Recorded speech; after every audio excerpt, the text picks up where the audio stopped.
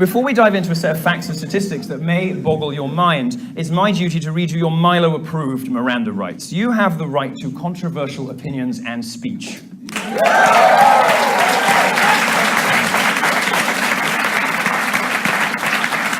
You have the right to confront and to disagree with, to rebut and to question opinions that don't match your own. You have the right to do all of that without being told that you are violating a safe space.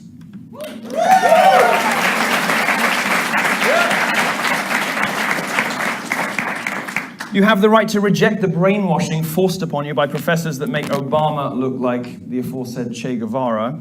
And most importantly, you have the right to worship your dangerous faggot.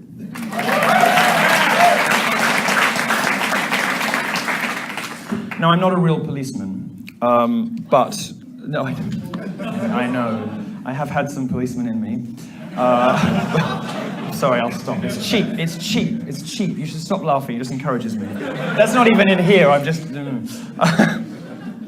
But I do recognize that blue lives matter. That's right, yeah. Blue lives matter.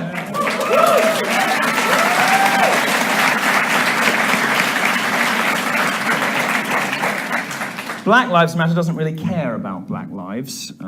It's, as we'll discuss shortly, more of a movement for attention, money, and, like most activism, more money. To achieve these goals, they focus their energies on cases of black men killed by the police. Well, the work of criminologist Dr. Richard Johnson of the University of Toledo explains just how futile this is.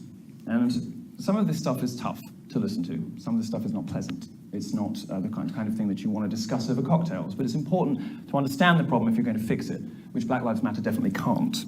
Based on 2012 numbers, it would take 40 years worth of blacks killed by police to equal the total number of blacks murdered by other blacks in a single year. Right.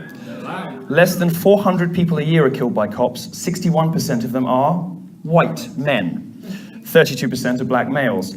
Black men are not killed out of proportion when you consider they're much more likely to interact with police. People are killed by police about as often as they're struck by lightning, but I don't see many protests about storms.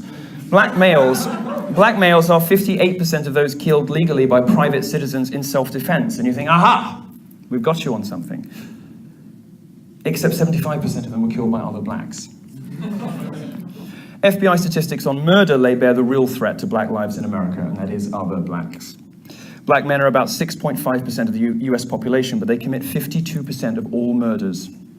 That has dipped to about 40% in recent years. Black men overwhelmingly murder other black people, and white people overwhelmingly murder other white people. So just like abuse and harassment on the internet, this isn't really a racial issue, like that isn't really a gendered issue. Looking at overall violent crime, blacks are 27% more likely to attack whites than vice versa, and 8 times more likely to attack Hispanics. This is the shocking number I hope you take away from my visit. 90% of blacks that die of murder die at the hands of other black people, and that's from the FBI homicide report, 90%.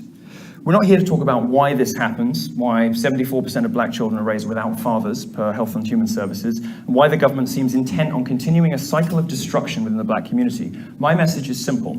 Black lives don't matter to Black Lives Matter. If they did, they'd be confronting these issues instead of ignoring them completely.